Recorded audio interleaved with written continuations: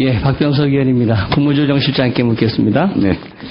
9월 23일 날 행자부에서 안전처, 혁신처를 대상으로 공청회를 합니까? 그런 계획이 있다는 보고를 들은 바 있습니다. 미래부도 포함됩니까? 지금은 인사처와 안전처 이전 문제를 지금 공론화할 예정이고요. 미래부에 관해서는 아직 어떠한 방침도 정해진 바가 없습니다. 미래부는 이전 대상이 아닙니까? 이전 대상으로 포함시킬지 여부에 관해서 아직 정부 내에서 방침을 정하고 있지를 않습니다.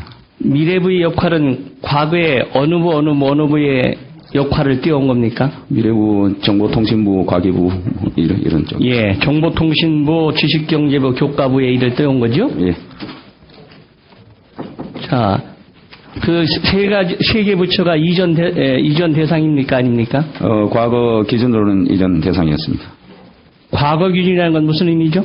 그러니까 이제 부처 개편이 있기 전에 잔류해야 될 부처를 법에 명시적으로 정해놨었기 때문에 그 이해 부처가 당시에는 이전 대상으로 되어 있었습니다. 행복도시법 16조에 따르면 이전 대상 제외기관 6개 부처가 명시되어 있죠? 그렇습니다. 예, 통일부, 외교부 등 6개 부처입니다. 예. 행복도시법을 만들면서 이전 제외 대상만을 명시한 이유가 뭐라고 생각하십니까? 그 이해 부처는 세종시로 이전을 해서 부처의 소위 말하는 연계, 통합, 협업 잘 되도록 그렇게 일관성 있게 추진해야 되겠다 그런 취지로 알고 있습니다. 예, 바로 그렇습니다. 제가 이 법을 논의할 때 국회 건설교통위원회를 가가지고 신행정 수도 후속대책위원장을 맡았었습니다. 직접 협상을 했고 사회를 봤던 당사자입니다. 그 당시에 이전 대상 제2부처 6개를 명시한 것은 나머지 부처를 모두 옮긴다는 대전제가 존재해야 하는 것이고요. 속교록에 보면 그것이 명백히 되어 있습니다. 특히 경제부처에 관해서는 모두가 세종시로 옮긴다는 것을 명명백백히 했습니다. 경제부처 중에서 한두 개를 옮기지 않으면 여러 가지 업무 협조에 문제가 있다는 것을 명명백백히 했는데 왜 이전 고시를 바로 하지 않습니까? 우선 지금 세종청사의 수용 능력 또 문제가 되고 하기 때문에 우선 총리실 소속으로 되어 있는 2개 부처를 일단 이전 결정을 하고 나머지 부분에 관해서는 추가로 검토를 하기로 그렇게 했습니다.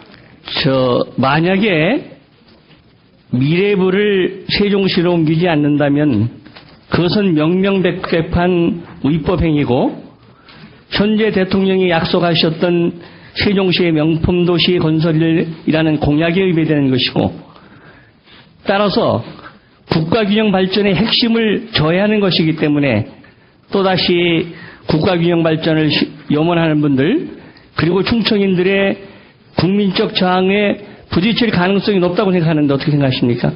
예, 의원님 걱정하신 부분 잘 알겠습니다. 아까 말씀드린 대로 우선 2개 기관에 관해서 우선 이전을 순조롭게 진행을 하고 미래부 등에 관한 문제는 추가로 저희들이 검토를 해보도록 그렇게 하겠습니다. 네, 그게 왜 자꾸 이렇게 논란이 벌어지느냐. 정부가 일관성을 명백히 세우지 못하기 때문에 그런 거예요. 6개 부처 외에는 모두가 세종시로 옮긴다 하는 뜻을 분명히 했다면 논란이 생기지 않습니다. 미래부의 경우도 마찬가지죠. 만약 이걸 더 이전 고시를 늦춘다면 더 많은 논란을 가져올 수밖에 없는 겁니다. 앞으로 어떤 부처의 정보조직 개편이 되더라도 6개 부처 외에는 모두가 세종시로 옮긴다 하는 것을 확실히 해줘야 국민적 갈등도 없을 뿐만 아니라 그리고 해당 부처의 직원들도 예측 가능성이 있는 겁니다. 저는 국민적 갈등을 자꾸 일으키고 혼란을 일으키고 있는 이유에는 법을 제대로 이행하지 않고 있는 이전 고시를 제대로 하지 않고 있는 정부의 책임이 근본 원인이다 이렇게 생각합니다. 이 점에 관해서 분명해 주시기를 다시 한번 말씀드리고요. 이게 결코 간단한 문제가 아닙니다. 만약에 오면 공청회 때 인사혁신처하고 국가재난처만 옮기고 안전처만 옮기고 엄청난 혼란이 다시 온다. 또다시 국민적 발동과 분열을 조장하는 결과를 정부가 하게 되는 것이라는 것을 경고해 두겠습니다. 이와 관련돼서 하나만 더 묻겠습니다. 작년에 제가 이 자리에서 이정부 씨를 언제 하느냐 그러니까 정부 조직 개편이 되면은 바로 취재를 하겠습니다. 그런 답변하셨어요. 근데 지금까지 10개월이 지났는데 하지 않습니다. 이것은 명백하게 부작위에 의한 위법 행위가 계속되고 있는 겁니다. 신속하게 조치해 주시기 바라고요.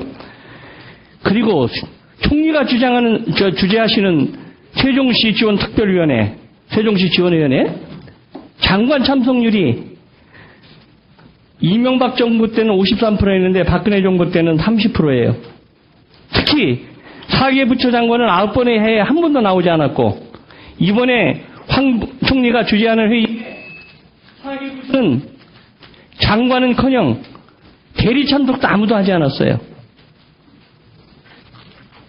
총리 주재 회의에 장관 참석을 하게 돼 있는데 장관 참석도 안 하고 대리 참석도 안 하고 아무도 참석하지 않는 부처가 4개나 된다?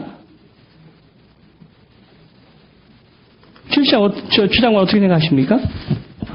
예, 저희들도 같은 문제의식을 갖고 있습니다. 앞으로 세종시 지원위원회에 장관들 출석률을 높일 수 있도록 저희들 독려도 하고 또 일정을 저희들이 마련함에 있어서 장관들이 참석이 가능한 일정으로 저희들이 고려해서 그렇게 진행하도록 하겠습니다. 예, 해당 부처를 빨리 이전 고시함으로써 불필요한 국민의 갈등과 혼란을 막고 그리고 위법 행위를 해소하기를 바랍니다.